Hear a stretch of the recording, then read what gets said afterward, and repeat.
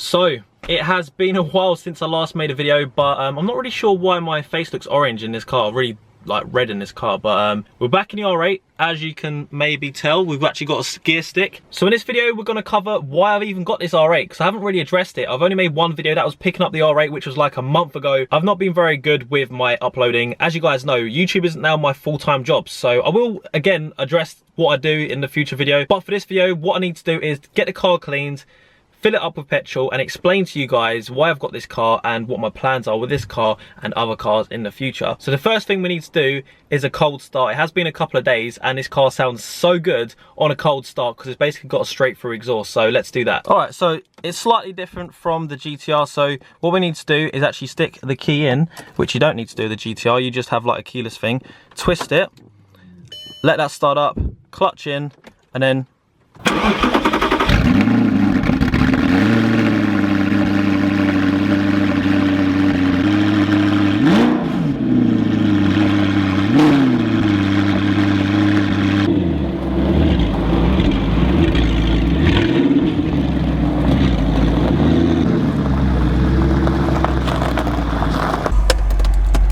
so as I said, we are going to get the car cleaned because it is filthy. Hopefully you can hear me. I have got a mic on, but the camera is really far away, so I'm hoping that the wind noise isn't getting in the way too much. I know you guys like to hear the proper sound of the car, so you've got to kind of open the windows a little bit, but obviously you sacrifice wind noise. But I was going to upload a video and I had a video edited and actually ready to upload like a week or two after my pickup video, but I decided not to upload it in the end because it was just, I didn't think it was good enough, and also it was a little bit late. So it was going to be my first drive of the Audi R8, but as I said, I don't think it was good enough. It was just kind of like I just stuck the camera in the car. The audio wasn't great because we wasn't using a microphone, but I'm just going to show you a couple of clips from the first drive anyway because I thought they were quite funny to watch back. Oh! That's so good! That's so good!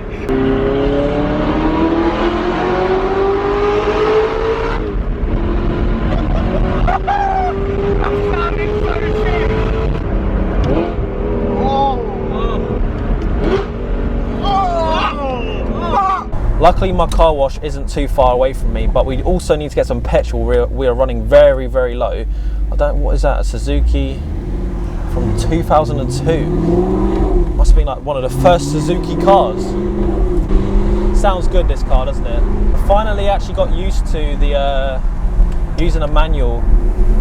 It does take a little while after having a GTR.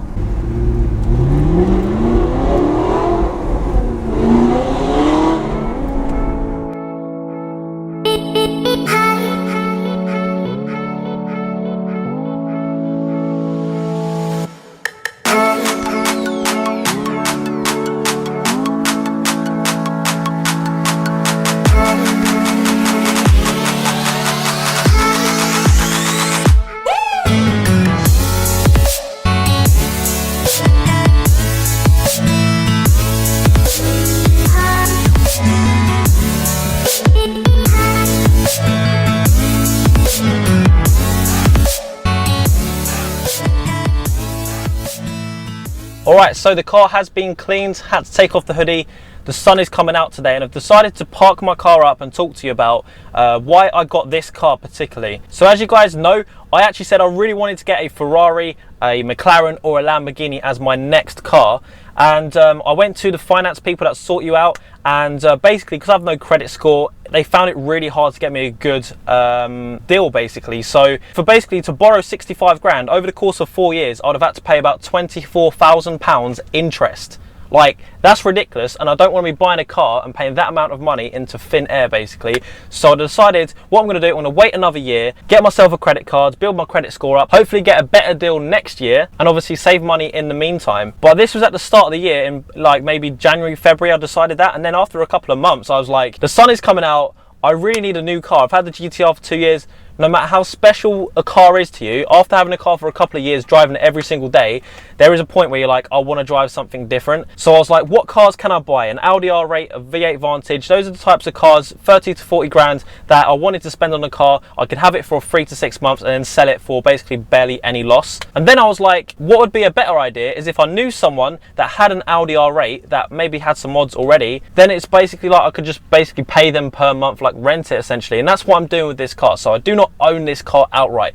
Night Racer is the owner of this car. They still own the car, but that also explains why there are some mods on the car that you guys might not find tasteful. I appreciate everybody has an opinion, but some of the comments on the first video picking this car up were like over the top rude. Like, you should always appreciate what someone has done to their car. Even if you don't particularly like it, you can always see the amount of effort that's gone into someone's car. Every now and again, you go to a car meet and you look at someone's car and they've done something to you. Like, I'm not too sure about that, but I'm not gonna bash it. You know, they do what they want to their car, and the owner of this car has obviously put a body kit on it, spoiler, exhaust, Lamborghini Gallardo wheels. They were the big one for me that really split opinions. I personally actually like the Lamborghini wheels on this car. Would I prefer the normal R8 or the upgraded like R8 wheels?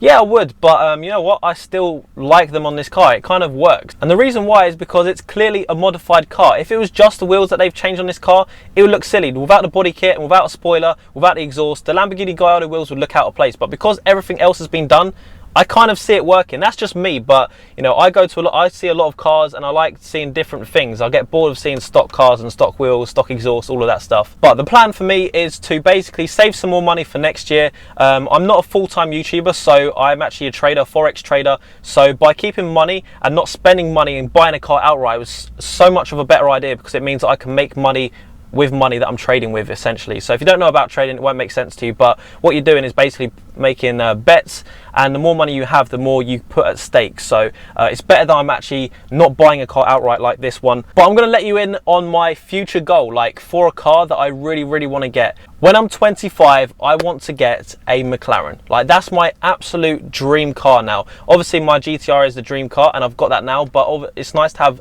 another step up, and that is my step up. So I'm 25 next August, not this August, next one. So I have about 14 months to actually get enough money to actually get a McLaren. I probably could just about finance one. I don't like financing. I don't like having a liability. So we'll see how it goes.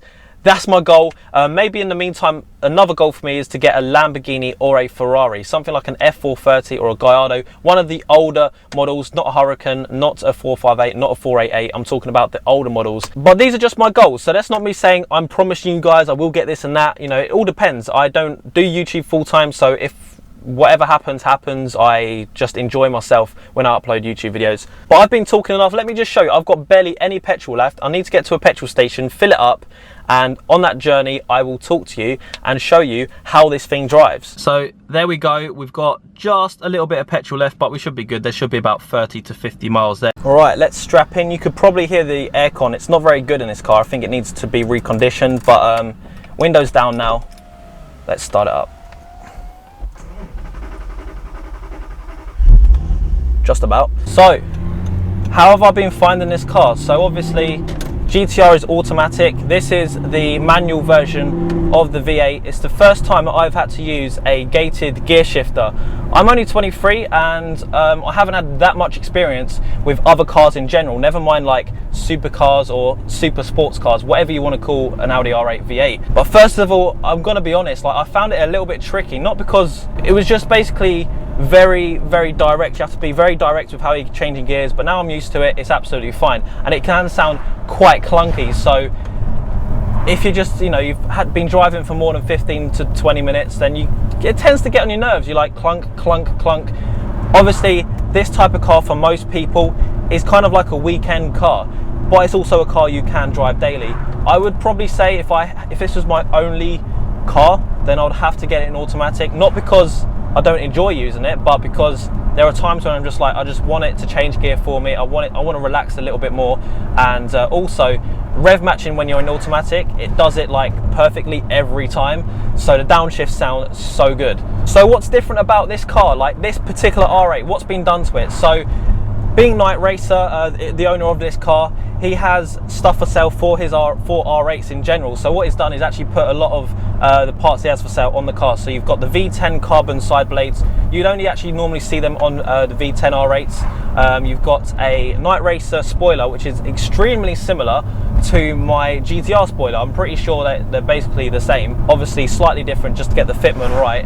And then you've got the V10, I think it's called the V10, or just basically a full carbon engine bay. I'm not even sure how much that costs, but there's a lot of carbon in that engine bay, which looks epic. It's always on show with the see-through glass. It would be extremely nice. Imagine if you put like an LED in there, kind of like the new McLaren 720S in the engine bay, like a red LED. It would look so cool though. You'd have to like basically have an on and off switch because it might look a bit too ricey. Anyway, I think we should head to a tunnel. Here we go. Oh, this is a nice road. Let's get into second. A little bit of traction lost there. The lighting in today's video is all over the place, so I do apologise for it, but other stuff that's happened to this car or been changed about the car, it's actually been remapped, and being a normally aspirated car, it's not got a lot more power, but it does have smoother power delivery, I've been told. Instead of 415 horsepower, it now has like 430. Would I notice a difference? Probably not. I haven't driven the stock one to compare it, but as I said, it would be the power delivery and where the power is throughout the revs. That's what I imagine is the difference. Next up, another change is the body kit. The body kit, again, split opinions. I know what people are saying. You know, if you don't like it, you don't like it. That's just it. That's just an opinion. Everybody's entitled to their opinions. I personally think it looks really good. It beefs it up. It adds slightly more angles to it.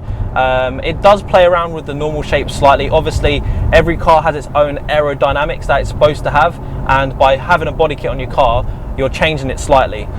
So from a performance aspect, it's probably not good, but from a looks perspective, I think it looks good. I saw some people say it makes the car look a little bit like an Audi TT, or very similar to an Audi TT, which kind of made my head hurt a lot, because Audi R8s look like Audi TTs, or should I say Audi TTs are made to look like R8s, because TTs are like a third or a half of the price of an Audi R8. So they're literally made as sports cars for people that want an R8 but can't quite afford them. So that the amount of, especially the new Audi TTs, the front of them looks so similar. It's only when you like obviously see them from the side, or you see the engine bay where the engine is, that you go, oh, that's, you know, that's what it is, or if you hear it. Next up, we have the actual exhaust of this car, which is called a Tubby. I think it's pronounced Tubby, and it sounds really good, like freaking epic. I love the sound of this V8. Obviously a lot different to the V6 that is in the GTR. This sounds more like a lower down, bassy, raw sound, whereas the GTR is more, you know, it does sound quite raw but in its own way. And then as it gets up the revs, the GTR starts to scream and gets more higher pitched. The way I describe it to people, the GTR sounds like like a trumpet, like an angry elephant, whereas this sounds like literally like a lion or something roaring. Like it's really grumbly, which I like. It's different. It'd be interesting to actually see what a twin turbo R8 V8 would be like. Obviously, I know that they get about 600 to 700 horsepower. I wonder how it would actually perform against a GTR. That would be a crazy race, or a nice drag race anyway.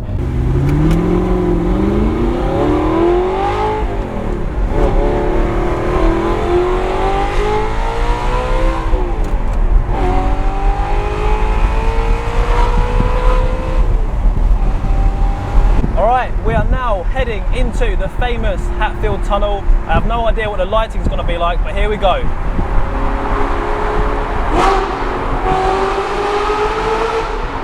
Woo!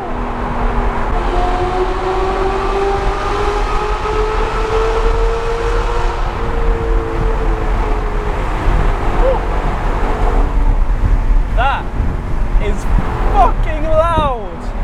Oh my god. Anyway, time to get some petrol. I know there's a Tesco right there.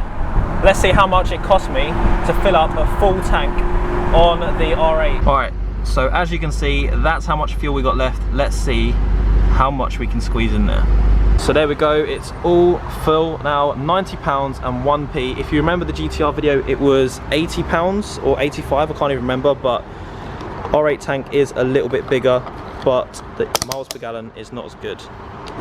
So as you can see, we have the car parked behind us. We've got another camera over here. We're gonna do a sound check. It's not a proper Ezekiel video if we don't do a proper exhaust sound check. So let's hop in the car and rev the nuts off this. Obviously it's warmed up, I'm not gonna over rev it, I'm not gonna overheat it. It's safe to do so. This is gonna be very loud under here with all the walls around us. Are you ready? Just 3,000 start.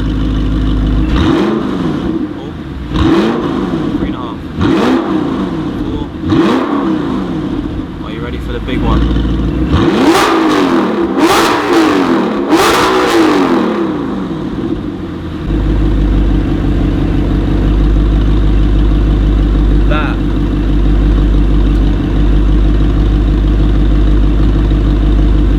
I could go to jail for doing that.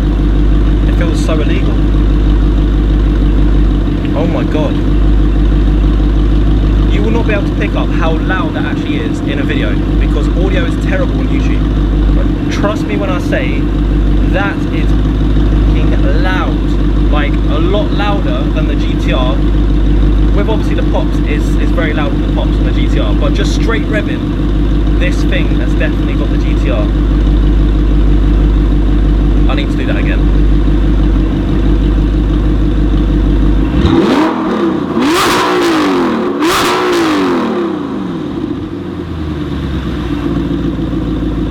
So guys, that is going to be the end of the video. I've got to stop it here because I feel like I'm going to get kicked out the car park. I have just made a lot of noise. Like, it's quite busy as well. There are people getting into their cars thinking, what the hell is that noise? If you want to see a GTR versus Audi R8 video, but yeah, let's see if we can smash 1,000 likes on this video. I'll get the video out for you on the weekend or early next week. I know you guys want to see that. I'm going to have to get someone driving this car and someone driving my GTR, and then maybe like another car behind to just see like the difference in obviously like the speed that we're going. So that would be cool. Also, I will do like a comparison between a GTR and an Audi R8 from a daily perspective. Like if you wanted to own one, the maintenance of it, all of that stuff, all of the boring stuff, which I know some of you guys really want to see. So yeah, thank you guys for watching. I will see you later this week. Bye bye. And I promise there will be another video to follow up. I'm not going to disappear for another month. Adios.